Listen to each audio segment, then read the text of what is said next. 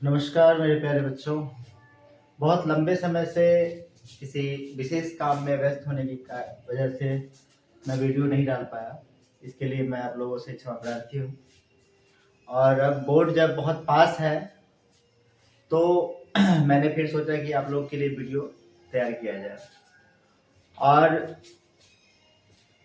अब इस तरीके से आपको बहुत 17 तारीख से आपका एग्ज़ाम शुरू है, तो मेरे ख्याल से आप पूरे तरीके से अच्छे से लगे होंगे। और प्रीवियस वीडियोज को आपने देखा होगा तो आपका बेसिक कॉन्सेप्ट तो क्लियर होगा ही।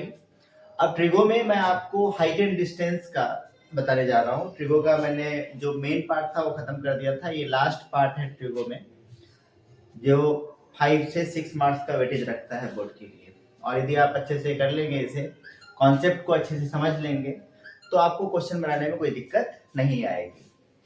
और मेरा हमेशा ये पर्पस होता है कि ये नहीं ध्यान देना है कि मतलब आप कितने क्वेश्चंस, नंबर ऑफ क्वेश्चंस बना रहे हो। आप इस बात पे ध्यान दो कि कॉन्सेप्ट आपका पूरी तरीके से क्लियर हो। और ज़्यादा माइंड भी नहीं लगाना है। यहाँ पे बहुत छोटे छोटे कॉन्सेप्ट से क्वेश्चन दिए जाते हैं, तो 10-15 ट्रिकी क्वेश्चंस बना लो और उसको अच्छे से कोई भी क्वेश्चन को उठाओ और उस कॉन्सेप्ट पे बैठा के देखो। तो बस यहाँ पर जो कॉन्सेप्ट है 3 ही है।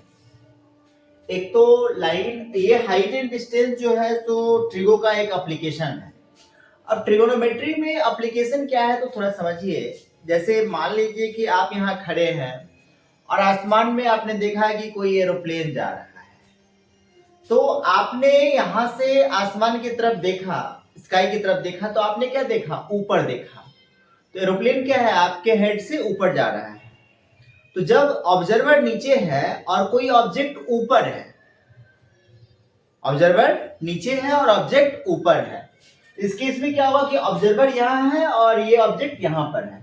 तो ऊपर देखने की वजह से एक जो स्ट्रेट लाइन ड्रॉ होगा वहां पर, वहां जो line of sight, observer looks from a point and object P, then line OP जो ज्वाइन कर रहा है, आप जो देख रहे हो और जो आपका ऑब्जेक्ट है, उन दोनों पॉइंट को जो एक स्ट्रेट लाइन सेगमेंट जो ज्वाइन कर रहा है, वो क्या है? आपका लाइन ऑफ साइट है, लाइन ऑफ साइट है। लेकिन कभी कभी क्या होता है कि आप यहाँ पर कहीं किसी पहाड़ पर खड़े हो और पहाड़ पर से आपने क्या किया? नीचे की तरफ देखा। या छत पर खड़े हो, छत से आपने नीचे की तरफ देखा। तो कोई इंसान या सड़क पर कोई गाड़ी चल रहा है, या आप एरोप्लेन में हो, वहां से कुछ देख रहे हो नीचे की तरफ, या पहाड़ी पर से खड़े होकर के आप नीचे की तरफ देख रहे हो, तो आपका जो नीचे की तरफ देख रहे हो, तो इस केस में क्या बनता है? Angle of depression. क्योंकि आप, अब सिंपल सी बात है कि लाइट में भी जब आप नीचे की तरफ देखोगे तो डिप्रेशन में जाओगे, और जब ऊपर की तरफ देखोगे तो एलिवेशन होगा। क्या होगा? एलिवेशन, मतलब उठ रहे हो। तो ये दोनों केस, अब लाइन ऑफ साइट ज्वाइन कर रहा है, लेकिन जब हॉरिजॉन्टल लाइन, जहां पर आप खड़े हो, जैसे पहाड़ी पे खड़े हो, और वहां से एक स्ट्रेट लाइन जो हॉरिजॉन्टल लाइन बनेगा, वहां से नीचे की तरफ देखोगे तो लाइन ऑफ साइट क्या होगा? ये ऑब्जर्वर यहाँ है और ऑब्जेक्ट नीचे है, तो लाइन ऑफ साइट ये हो जाएगा। और जो एंगल बनेगा हॉरिजॉन्टल लाइन और लाइन ऑफ साइट के बीच में, एंगल जो मेड होगा horizontal line and line of site के बीच में, उसे कहेंगे एंगल ऑफ डिप्रेशन, जब नीचे देख रहे हैं। और जब ऊपर देख रहे हैं तो एंगल जो बनेगा हॉरिजॉन्टल लाइन और लाइन ऑफ साइट के बीच में, उसे कहेंगे एंगल ऑफ एलिवेशन। इन्हीं दोनों एंगल को आप यदि ध्यान से रखेंगे और एक कॉन्सेप्ट रखेंगे, line of site and horizontal line and angle of elevation and angle of depression, in 4 words को आप अपने माइंड में अच्छे से फिट कर ले, तब आपका कोई भी क्वेश्चन नहीं रुकेगा। उसके बाद क्या करना है कि इस फिगर को एक ट्रायंगल का फॉर्म दे देना है, और उसके बाद बस कुछ रिलेशन एस्टेब्लिश करना है। ट्रिगो में आपने पढ़ा है, तो ट्रिगो के हिसाब से रिलेशन फिट करना है। जैसे मान लेते हैं कि आपका जो ये है, आपका ये ऑब्जर्वर है और ये कोई ऑब्जेक्ट है। इसका मतलब हॉरिजॉन्टल लाइन क्या हो गया? ये लाइन ऑफ साइट क्या हो गया? ये लाइन ऑफ साइट को मैं एलओसी बोल रहा हूं, लाइन ऑफ साइट को एलओएस बोल रहा हूं। क्या बोल रहा हूं? एलओएस। और ये क्या है? Horizontal line. क्या है? Horizontal line. तो यहां से यहां एक ड्रॉ करेंगे। अब क्या हो सकता है? कोई भी रिलेशन ध्यान दे तो यहां पर तो 90 डिग्री बनेगा। कितना बनेगा? 90 डिग्री। इसका मतलब ये क्या है? ये आपका एंगल थीटा है। तो ये एंगल थीटा जो है ये क्या है, एंगल ऑफ एलिवेशन। अब सपोज करना है कि हमें ये मालूम है और ये मालूम है, तो ये मालूम है और ये मालूम है और ये निकालना है। अब ध्यान देना बच्चे कि ये जो है सो आपका क्या है, परपेंडिकुलर, क्या है, और ये क्या है, बेस, क्या है, जिसपे एंगल पे लेटा होता है बेस होता है। तो परपेंडिकुलर है, बेस है, परपेंडिकुलर है,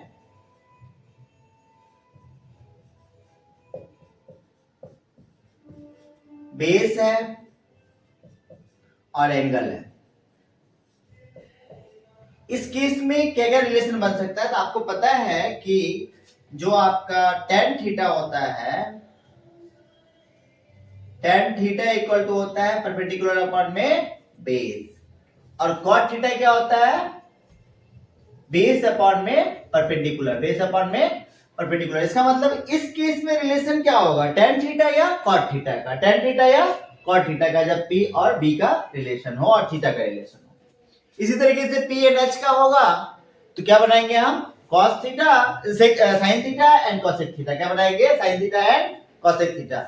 लेकिन एंगल हो, बेस हो और हाइपोटेन्यूस की बात हो तब क्या होगा, cos theta and sec theta. यही तीन चीजों का आपको ध्यान रखना है।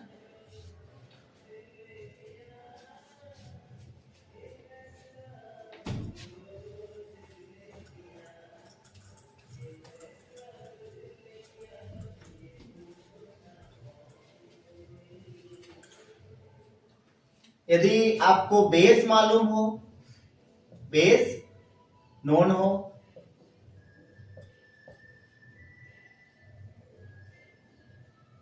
थीटा नोन हो, थीटा क्या हो, नोन हो, और और हाइपोटेन्यूस निकालना हो, क्या निकालना हो, हाइपोटेन्यूस निकालना हो तो इस केस में क्या रिलेशन लगाएंगे, या तो लगाएंगे cos theta, cos theta equal क्या होता है, b by h, या तो लगाएंगे sec theta, sec theta equal to क्या होता है, h by b। तो ये करके आपको रिलेशन बनाना है और इसी से आपके सारे क्वेश्चन सॉल्व हो जाएंगे, ठीक है।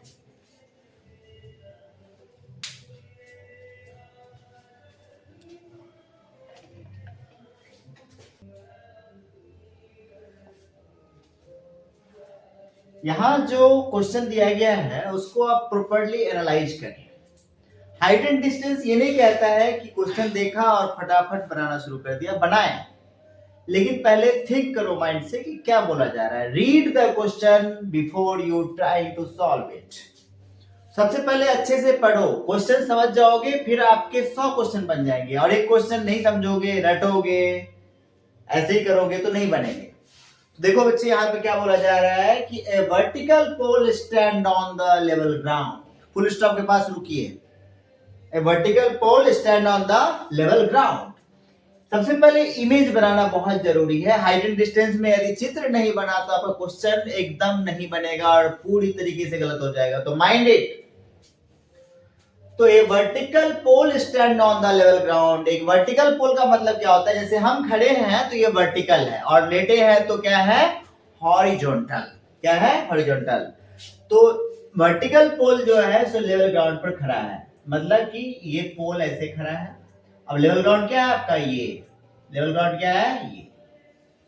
तो vertical pole stand on the level ground. अब फुल स्टॉप के बाद रुकिए। अब इस पोल को मान लीजिए कि ओपी, ये क्या कहते हैं, ए बी एक पोल है, ए बी क्या है, पोल है, तो क्या बोलेंगे, let A B pole, let A B pole. क्या पोल है, वर्टिकल पोल है। From a point on the ground 25 metre away from the foot of the pole. Pole का फुट, फुट मतलब जैसे हमारा पैर होता है तो पोल का फुट कहां पे होगा, यहां पे होगा। तो फुट से जो है सो फुट ऑफ द पोल से 25 मीटर, 25 मीटर इधर ले लो या इधर ले लो, किधर भी ले लो, ये आपकी चॉइस है बच्चे।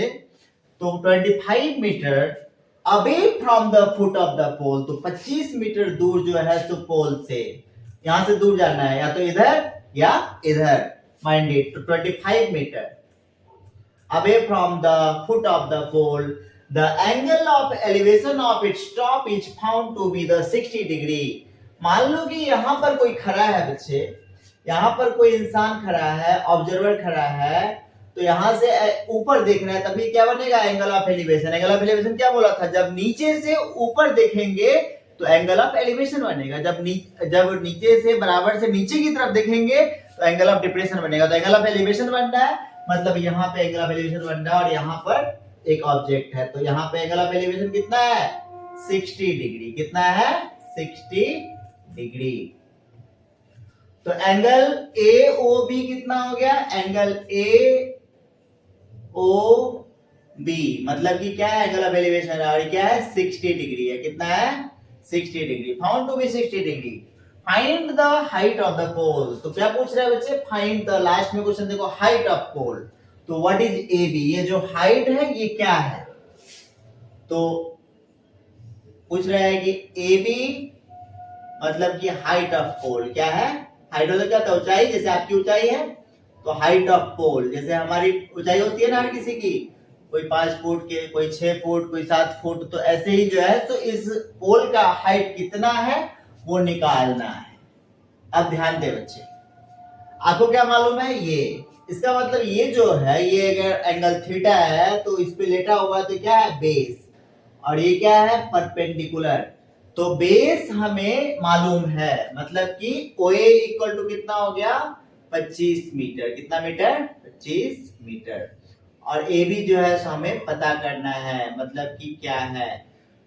तो ये जो एंगल है थीटा, ये जो बेस है परपेंडिकुलर है, इसके बीच में रिलेशन क्या बना सकते हैं, ट्रिग्नोमेट्री का रिलेशन बना सकते हैं, tan थीटा या cot theta.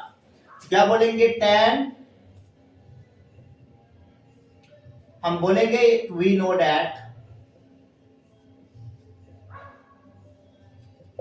tan theta equal to होता है क्या, परपेंडिकुलर अपॉन में बेस, परपेंडिकुलर अपॉन में बेस। तो थीटा यहां मालूम है आपको, तो tan 60 degree, tan 60 degree equal to perpendicular कितना है, नहीं मालूम है, AB, और उसको मान भी सकते हो कुछ और, बेस कितना है, AO। कितना है, AO। और tan 60 डिग्री का वैल्यू कैसे निकालते हैं ये मैंने आपको प्रीवियस वीडियोज में बता रखा है, फिर भी मैं बता देता हूँ, एक बार शॉर्टकट में बता देता हूँ, वो लॉन्ग कट वाला मेथड नहीं बताऊंगा। तो मैंने आपको बताया था बच्चों कि ये मान लो कि 0 है, 1 है, 2 है, 3 है और 4 है। तो यदि साइन को लेते हैं तो साइन में क्या करते हैं, सभी को 4 से डिवाइड कर दो। ये 0 डिग्री, ये 30 डिग्री, ये 45 डिग्री, ये 60 डिग्री और ये 90 डिग्री। कितना डिग्री, 90 डिग्री। सभी को 4 से डिवाइड कर दो, सब पे रूट चढ़ा दो, तो क्या मिल गया, 0, 1/2, 1/√2, √3/2 और 1। तो ये हो गया साइन का वैल्यू। तो कॉस का वैल्यू क्या होता है, इसका उल्टा होता है, तो ये क्या हो जाएगा, 1, √3/2, 1/√2, 1/2 एंड 0। और tan का क्या होता है, साइन अपॉन में कॉस, तो tan का क्या हो जाएगा, tan, और tan यदि 60 का देखेंगे तो 60 का कितना होगा बच्चे, √3/2 और 1/2 डिवाइड कर दो, √3/2 और 1/2, तो कट गया 2 से 2, तो √3 कितना हो गया, √3। इसका मतलब है कि √3 इक्वल टू AB अपॉन में OA कितना है, तो 25।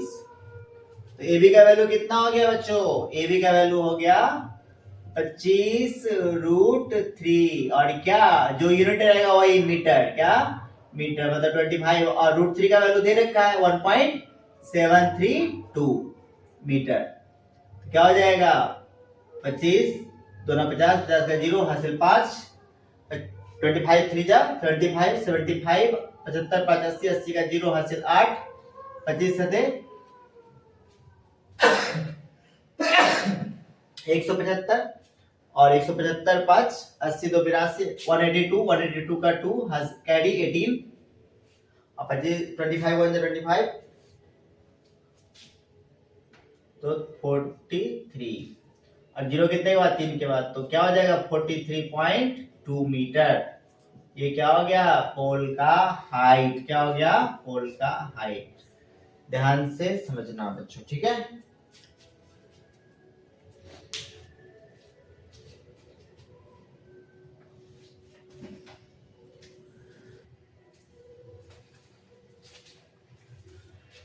अब बात करते हैं कि इसको प्रैक्टिकली आप हाइट एंड डिस्टेंस, बार बार मैं बोल रहा हूं कि हाइट एंड डिस्टेंस जो है सो कोई वो नहीं है, आपको कॉन्सेप्चुअली समझना है डेली लाइफ से। अब डेली लाइफ से बच्चे आप लोग हर 26 जनवरी को या किसी और मौके पर 15 अगस्त को या फिर वसंत पंचमी को आप क्या करते हो, या कभी भी मन करता है तेज अच्छा हवा चल रहा है तो पतंग उड़ाने निकल जाते हो। अब पतंग जब उड़ाते हैं तो पतंग क्या आपके नीचे उड़ता है या आसमान में ऊपर उड़ता है? अब सिंपल सी बात है, ऊपर उड़ता है। अब उस टाइम क्या बोलते हैं कि थोड़ी सी धागा में ढील दो, ढील दो मतलब कि थोड़ा ढीला करो धागा को। अब जब पतंग उड़ रहा है बच्चे ध्यान दो, पतंग उड़ रहा है और यदि उसकी डोर टाइट नहीं है इसका मतलब पतंग सही से नहीं उड़ रहा है।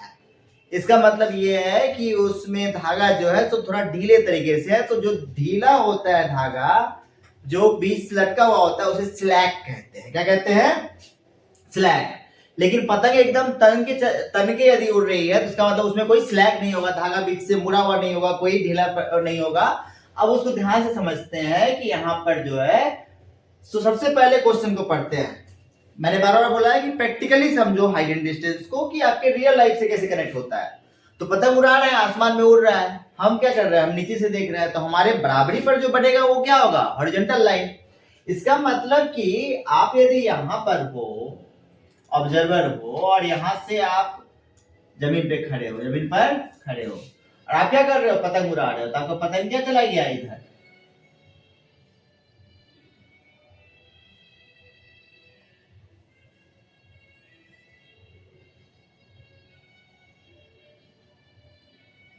पतंग उड़ रहा है।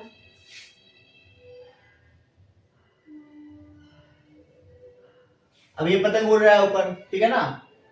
चित्र बनाना बहुत जरूरी है, चित्र नहीं बनेगा हाइट एंड डिस्टेंस नहीं बनेगा, भूल जाना। हाइट एंड डिस्टेंस बनाने के लिए सबसे पहले प्रॉपर क्या होना चाहिए? फिगर। और फिगर के बाद सेकेंड स्टेप क्या है कि आप ट्रिगोनोमेट्रिक रेशियोज में क्या करो? एक रिलेशन बनाओ। तीन ही बात है बच्चे, sine theta cos theta tan theta, sine theta cos theta tan theta, sine का उल्टा कॉस सेक, कॉस का उल्टा सेक और टेन का उल्टा कॉट, बस। तो यहां पर जो है तो ये पतंग उड़ रहा है, तो क्या बोल रहा है कि kite is flying attached to the thread which is 165 metre long. एक काइट उड़ रहा है और उससे वो जो है धागे से ये कनेक्ट है, ये यही थ्रेड है आपका। क्या है? थ्रेड। क्या है? थ्रेड। क्योंकि पतंग उड़ेगा तो ऐसे ही उड़ेगा ना, जमीन पे तो नहीं उड़ेगा बराबर पे, पतंग कटा नहीं है ना, तो इसलिए सीधे उड़ा। अब ये जो लेंथ है वो 165 मीटर लेंथ है इस धागे का, ठीक है ना। अब thread makes an angle of 30 degree with the ground. ये जो धागा है बच्चे इस ग्राउंड के साथ, ग्राउंड यही होगा, तो इस ग्राउंड के साथ 30 डिग्री का एंगल बनाएगा। यहां पर कितने डिग्री का एंगल बनाएगा? 30 डिग्री का, ठीक है ना। Find the height of the kite from the ground. तो ये पतंग कितनी ऊंचाई पर उड़ रहा है? आप जो पतंग उड़ा रहे हो जमीन से कितनी ऊंचाई पर? जमीन यही है आपका, तो जमीन से ऊंचाई इसकी ये हो जाएगी। यहां जो परपेंडिकुलर डालेंगे हम, ये O, ये P और ये Q। तो height of kite from the, क्या लिखेंगे पहले? Let height of kite from level ground. Level ground, level ground से हाइट क्या है? तो हाइट जो है आपका वो PQ है। क्या है? PQ। और चूंकि ये मीटर में है इसलिए यूनिट क्या होगा? सेम। यूनिट मतलब बदल देना है, एक मीटर में, एक सेंटीमीटर में, किलोमीटर में मत कर देना बच्चे। यदि मीटर में है तो मीटर में, किलोमीटर में है तो किलोमीटर में, और सेंटीमीटर में सेंटीमीटर में, तो सेम यूनिट होना चाहिए। Mind it before solving the questions, क्योंकि यहां पे भी आप ट्रिक में फंस जाते हो। तो PQ मीटर, PQ मीटर। और जो आपका OP है, गिवन है आपका OP, गिवन OP जो है, OP मतलब क्या है? Length of thread, length of thread. तो लेंथ ऑफ थ्रेड कितना है बच्चे? 165 मीटर। कितना है? 165 मीटर। और आपका एंगल दे रखा है, एंगल ऑफ एलिवेशन ही है ना, क्योंकि नीचे से हम ऊपर देख रहे हैं, तो एंगल ऑफ एलिवेशन है ये। क्या है? एलिवेशन। मतलब angle P O Q equal to 30 degree. कितना डिग्री? 30 डिग्री। अब तीन चीजें हैं आपके पास। एक है हाइपोटेनियस। क्या है? हाइपोटेनियस, क्योंकि हमें बेस से कुछ लेना देना है नहीं, तो हाइपोटेनियस, क्योंकि जो ये जो 90 डिग्री बना है बच्चे, यहाँ जो हमने परपेंडिकुलर डाला है यहाँ पर, तो 90 के सामने वाला क्या होता है? हाइपोटेनियस। तो हाइपोटेनियस और परपेंडिकुलर में रिलेशन बनाना है, इसके लिए क्या होता है? Sine theta. तो by trigonometric ratios, trigonometric ratio, trigonometric ratio क्या कहता है? Sine theta equal to perpendicular upon में हाइपोटेनियस। या तो साइन थीटा लगा सकते हो या कॉसेक थीटा भी लगा सकते थे। कॉसेक थीटा क्या होगा? h by P. दोनों में इसको भी लगा सकते हो, क्योंकि हमें थीटा मालूम है, हमें h मालूम है, p हमें h मालूम है, p नहीं मालूम है। तो क्या बोलेंगे? Sine 30 degree, sine 30 degree equal to p हमें मालूम नहीं है, तो p हम क्या ले लेते हैं? P Q. क्या ले लेते हैं? P Q. और h क्या मालूम है? 165। तो पी क्यू हमें मालूम चल जाएगा यहां से बच्चे। क्या हो जाएगा? साइन 30 का वैल्यू कितना होता है? अभी फिर से बताया, फिर से ध्यान दो। 0 1 2 3 4, सबको 4 से डिवाइड करो और सब पे रूट चढ़ा दो। तो साइन 0 का वैल्यू कितना? 0। 30 का वैल्यू कितना? 1/2। 45 का वैल्यू कितना? 1/√2। 60 का वैल्यू कितना? √3/2। और 90 का वैल्यू कितना? 1। तो हमें क्या लेना है? साइन 30 का वैल्यू। 30 का वैल्यू कितना है? 1/2। तो 1/2 equal to P Q upon में 165। तो पी क्यू का वैल्यू कितना हो गया? पी क्यू इक्वल टू हो गया 165 अपॉन में 2। 2 8 जा 16 और 2 4 जा 2 2 जा 4, 2 2 जा 4, 0.5, 82.5 मीटर हाइट हो गया पतंग का। कहां से? ग्राउंड से। कहां से? ग्राउंड से। जमीन पे से कितना हाइट हो गया? 82.5 मीटर। आप मकर संक्रांति का फेस्टिवल है और पतंग उड़ा रहे हो, तो ये क्वेश्चन ध्यान करना और आराम से आपको पता चला है कि आपका पतंग अपनी जमीन से कितना ऊपर उड़ रहा है। इसी तरीके से आपने लाइफ में कितना ऊपर जा रहे हो। हर क्वेश्चन की तरफ फिर से मैं एक बार बताऊंगा आपको। तीन चीजें ध्यान रखना बच्चों यहाँ पे। क्वेश्चन को अच्छे से रीड करना है। क्या करना है? क्वेश्चन को अच्छे से रीड करना है। सेकेंड क्या पॉइंट ध्यान देना है? डेटा को राइट डाउन करना है। क्या करना है? डेटा को राइट डाउन करना है। फोर्थ, थर्ड क्या करना है? आपको फिगर बनाना है। क्या करना है? फिगर बनाना है। फोर्थ क्या करना है? ट्रिगोनोमेट्री के रिलेशंस एस्टैब्लिश करने हैं। तो बोले the length of the string between a kite and the point on the ground is 85 metre. Length of string between a kite and a point on ground is 85 meter.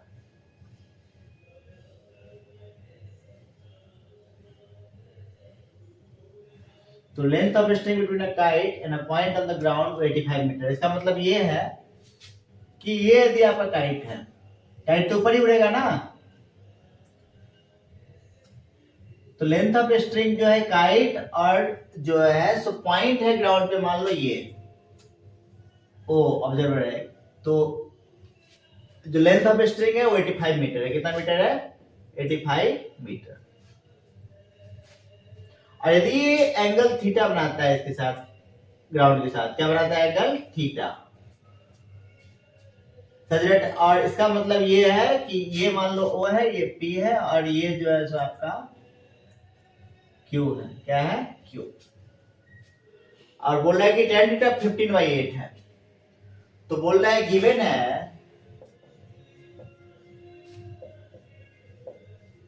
tan theta equal to 15/8। इसका मतलब हमें क्या establish करना है? Relation.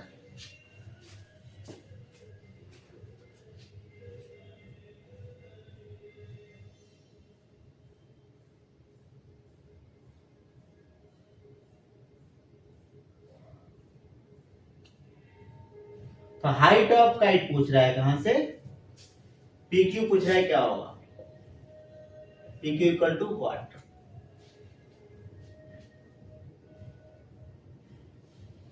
और कोई slack नहीं है धागे में, धागा ढीला नहीं है कहीं से, ठीक है ना। तो लेकिन tan थीटा दे रखा है और tan थीटा तो पी वाई भी होता है, क्या होता है, तो tan थीटा इक्वल टू होता है बच्चों p बाई बी, क्या होता है p बाई बी, और थीटा हमें मालूम नहीं है, तो tan theta equal two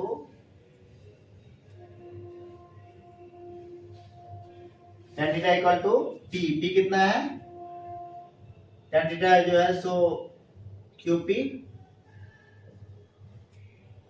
upon में OQ, ये भी यही होगा। इसका मतलब ये है बच्चों कि QP अपॉन में OQ इक्वल टू 15/8, 15/8।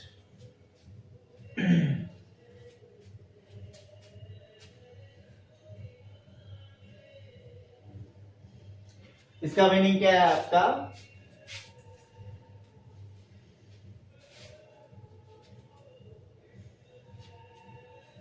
यदि हम इसको K मान लें तो QP इक्वल टू कितना हो जाएगा 15K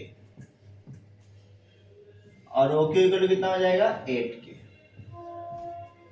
हमें पता है कि जो OP स्क्वायर होगा by Pythagoras theorem, Pythagoras theorem तो याद होगा सभी को,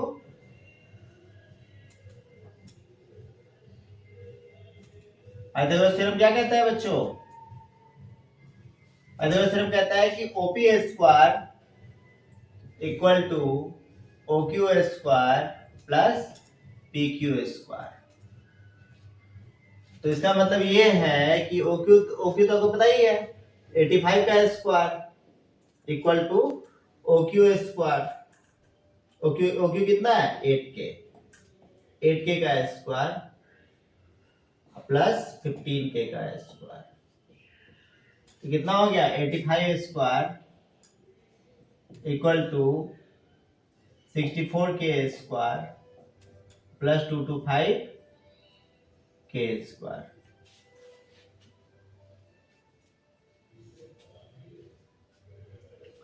इसका मतलब 85 इक्वल टू कितना हो जाएगा, दोनों तरफ स्क्वायर हटाते हैं तो अंडर रूट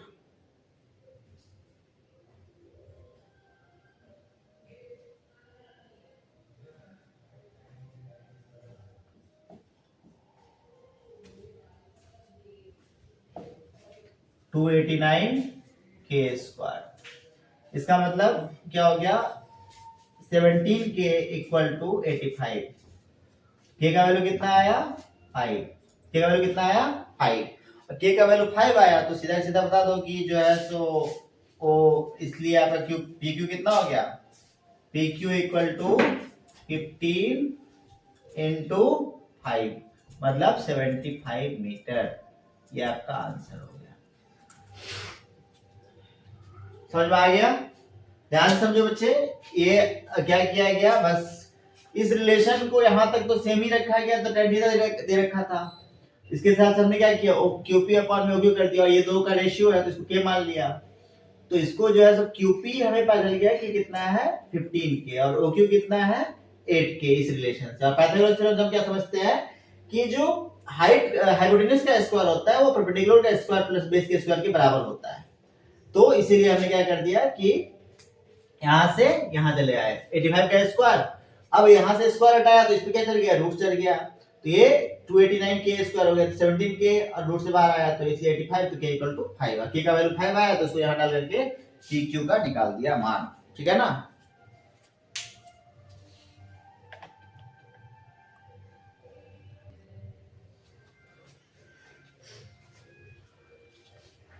यहां बोला गया है कि एक जो है सो आपका लैडर है, लैडर मींस सीढ़ी, लैडर मींस सीढ़ी, तो सीढ़ी जब भी लगा होता है तो आपका जो है सो ladder 15 metre long just reaches the top of the vertical wall. Vertical wall क्या होगा, सीधा खड़ा होगा, तो जैसे ये वॉल है तो वर्टिकल वॉल है, इस वॉल के साथ यदि सीढ़ी लगेगा तो सीढ़ी ऐसे लगेगा बच्चे, तो ये वॉल ऐसे है और इसके साथ सीढ़ी ऐसे लगा हुआ है, तो क्या बता रहा है कि एक वर्टिकल वॉल और जो सीढ़ी है लैडर है उसका लंबाई कितना है 15 metre, 15 metre long reaches the top of the vertical wall, और वर्टिकल वॉल के टॉप पे पहुंच गया।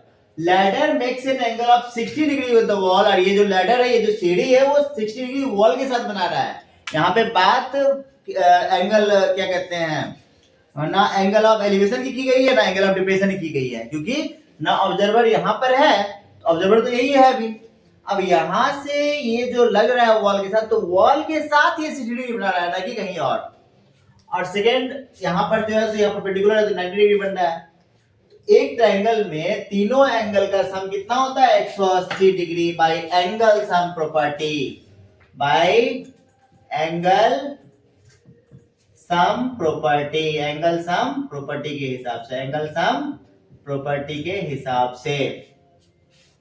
तो तीनों एंगल का सम कितना होना चाहिए 180 डिग्री। तो इसका मतलब एंगल पी तो नहीं मालूम है हमें, क्योंकि हमारा जो मेन कंसर्न है सॉल्व करने के लिए, ट्रिगोनोमेट्रिक एस्टेब्लिश करने के लिए हमें एंगल ऑफ एलिवेशन या एंगल ऑफ डिप्रेशन पता होना चाहिए, किसी तीसरे एंगल के चक्कर में पड़ना नहीं तो जीवन में बर्बाद हो जाओगे, ठीक है ना।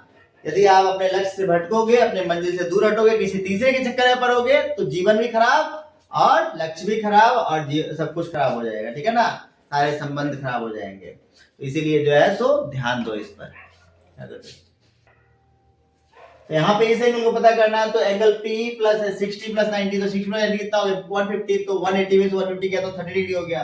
अब हाइट ऑफ वॉल क्या है हमारा AB, तो इसीलिए अब जो हमारा रिलेशन है हमें पता क्या करना है ये, और मालूम क्या है ये, और एंगल मालूम है, तो ये हाइपोटेनियस परपेंडिकुलर के बीच में कौन सा रिलेशन होता है, या तो साइन का या कॉसेक का। तो साइन थीटा लगाएंगे तो PYH का जो AB/15 तो इतना आ गया। आप बोलोगे कि सर बार-बार बोल रहे हैं कि या तो साइन लगाएंगे या कॉसेक लगाएंगे, तो कॉसेक भी लगा सकते हैं, कॉसेक भी लगा सकते हैं। यदि कोई डाउट है तो देख लो यहाँ।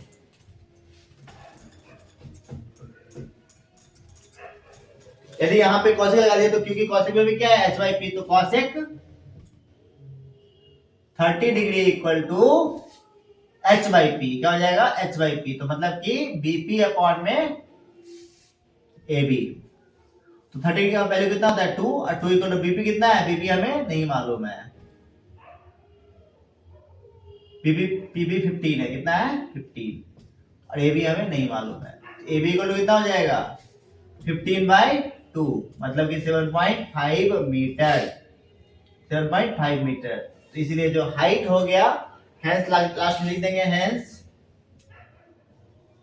Height of